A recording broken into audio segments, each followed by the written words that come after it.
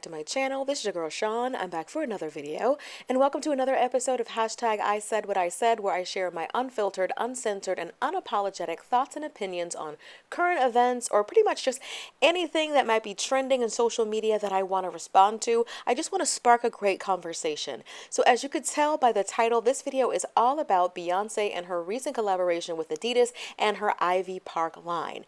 Now, in case you've been under a social media rock, you may not have heard it, but Beyonce has this sort of oxblood and orange line of clothing that was recently released, like the picture that I'm showing right here on the screen.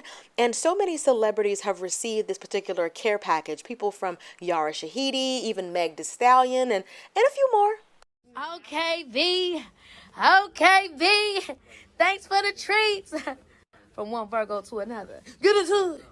Thank you to my Ivy Park fam. So I think we all may have been shocked initially when we saw Beyonce on her Instagram modeling off her new collection with Ivy Park in collaboration with Adidas. Really great pieces. She was twirling around and dancing around on the white screen in these fabulous pieces, showing off that amazing shape. Shout out to a fellow mommy of three. But, you know, amongst all of the positivity that's been around this particular campaign, there's also been a bit of backlash as well. I know you're probably thinking, why? It's a beautiful line, beautifully done. But a lot of people were complaining that there wasn't enough inclusion because this particular line does not include plus sizes. And because Beyonce has made a name for herself by championing the causes of other people, there were a lot of angry people in the plus size community who just wanted to support it, just wanted to be a part of it, and kind of tired of being left out. Now, even though Lizzo was on her Instagram and she was, showcasing some of the pieces, somebody in the comment section said, well, Lizzo can't even button up her jacket. And that's no shade to her being plus size, but just, sort of talking about how there isn't anything for the plus size community and they kind of expected better from Beyonce. Adidas is not the first athletic brand that Beyonce considered when she wanted to relaunch Ivy Park. She actually had a meeting last summer with Reebok, and she reportedly got up and walked out of the meeting because there weren't diverse enough. It was reported that, she sat down to the table with the powers that be, the design team. They had products ready to show her. And Beyonce sat there and she asked them, is this the team that's going to be working on my products? And somebody in the room responded, yes. And Beyonce responded, nobody in this room reflects my background, not my skin color, and where I'm from and what I want to do. And she reportedly got up and walked out. Whether you're a Beyonce fan, a self-proclaimed Beyonce stan, or a card-carrying member of the Beehive, I can understand that you could be a little bit hurt and a little bit offended by not being able to take part in it. And this is yet another way that you could feel left out. This actually brings me to the point of this video and, the question that I want to pose to you, and that is, when someone reaches a certain level of success, like Beyonce, where she is a household name, a worldwide superstar, is it her responsibility, her duty to champion the cause of inclusivity? I mean, at the end of the day, she is a singer and an actress and a mom and all of those other things. Is it her duty to sort of champion this cause?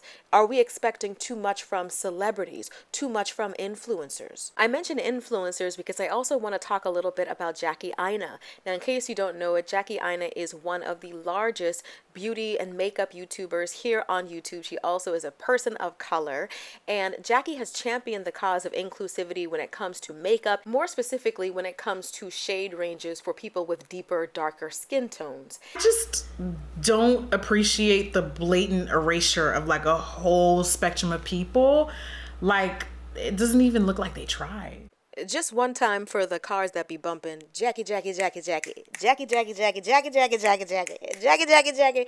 I love me some Jackie, and I also respect Jackie for taking her platform and using it to champion a cause that's bigger than her own. Jackie can find a shade of foundation in just about all of the brands, but she's championing a cause that's bigger than her own.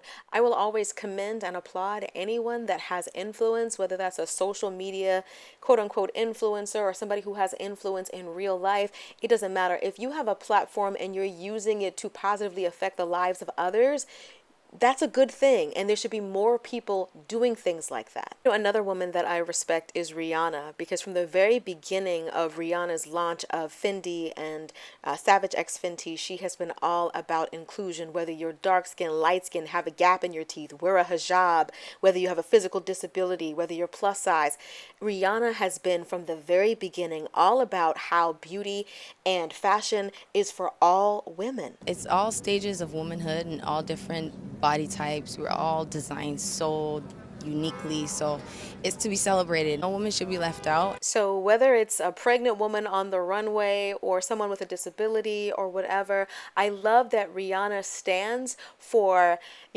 inclusion for every single woman. Just like she said, no woman should be left out. So, that's why I wanted to talk about the whole idea of inclusion. Once you reach a certain level of success, whether that's Beyonce and Rihanna, whether that's an influencer like Jackie Aina, is it your duty, obligation, and or responsibility to reach down and pull another woman up, to leave the door open for the next woman coming behind you? Is it your duty to champion for inclusivity and the cause? I feel like I'm of two minds when it comes to this. I feel like on the one hand, the scripture comes to me, to whom much is given, much is required, where it's just like, hey, if you have all of these benefits, if you have all of these opportunities, you should. But on the other hand, I'm like, well, it's not like they're Malcolm and Martin. They didn't sign up to be in this fight. But then if they don't fight for us, like who else will?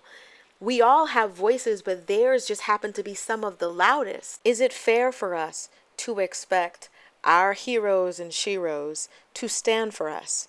Whether you're a plus size woman who has been, a Beyonce fan since her Destiny Child days, and you just wanted you a piece of this Ivy Park collection, and you cannot believe that it is not available in your size, or whether you are somebody who's always been a fan of a certain makeup brand, and you want to try the concealers that everybody's been raving about, and it's not available. For whatever reason, these companies and brands, they disappoint us sometimes. Is it the job of those who have the influence to speak up on our behalf? Or do you feel like that's too big of a burden to bear, that that's not fair to expect them to speak up? To be fair, Beyonce is extremely charitable, extremely giving. She's extremely conscious and well aware of what she does and what she means to the culture.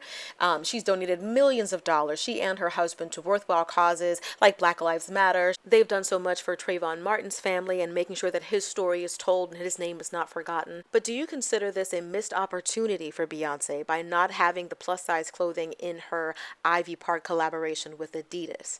Should she have taken this opportunity to redefine what is considered beautiful and acceptable by including plus-sized women? FYI, the average American woman is a size 14. I think that Beyonce is one of the most heavily criticized celebrities in recent history.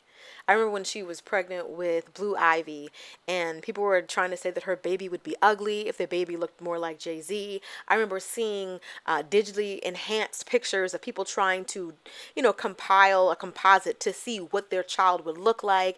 And then when the baby was born and she didn't want to show the child, everybody was like, she's too private. She never wants to let us in. So then she does let you in. She does show a couple of pictures of the little girl. And then everybody drags her because her hair isn't quote unquote done. Her hair needs to be done. Why don't she do something with the child's hair, they say. And it's just like, I can't imagine how difficult it must be to feel like you have the responsibility and the weight of an entire culture on your back. And people wonder why she's private. When she shares a little bit, she gets dragged. When she doesn't share, she gets dragged. There really is no winning. You either love her or hate her. I almost feel like no matter what she does or doesn't do, it's going to get criticized just because it's her. So Beehive, do not come for me. I did not come for your queen. I am simply asking the question. And this question isn't just about Beyonce, even though this whole Ivy Park launch was what sparked my idea to do this video. But it's all about what we really expect from influencers, what we expect from celebrities. Do we expect them to be our voice? Is that an unfair expectation for them, or is that their duty and the responsibility? Is that the cost of the success and fame that we have helped them get to? Anyway, I'd love to hear your thoughts and opinions on this, so be sure to weigh in on this conversation in the comment section below. Be sure to thumbs up this video if you want more content like this one. This is my hashtag I said what I said segment on my channel. You guys really seem to be enjoying these kinds of videos. I promise you I will keep them coming. And yeah, I love you guys, and I'll see you all in the next video. Till next time, later divas and dudes. Deuces, honey.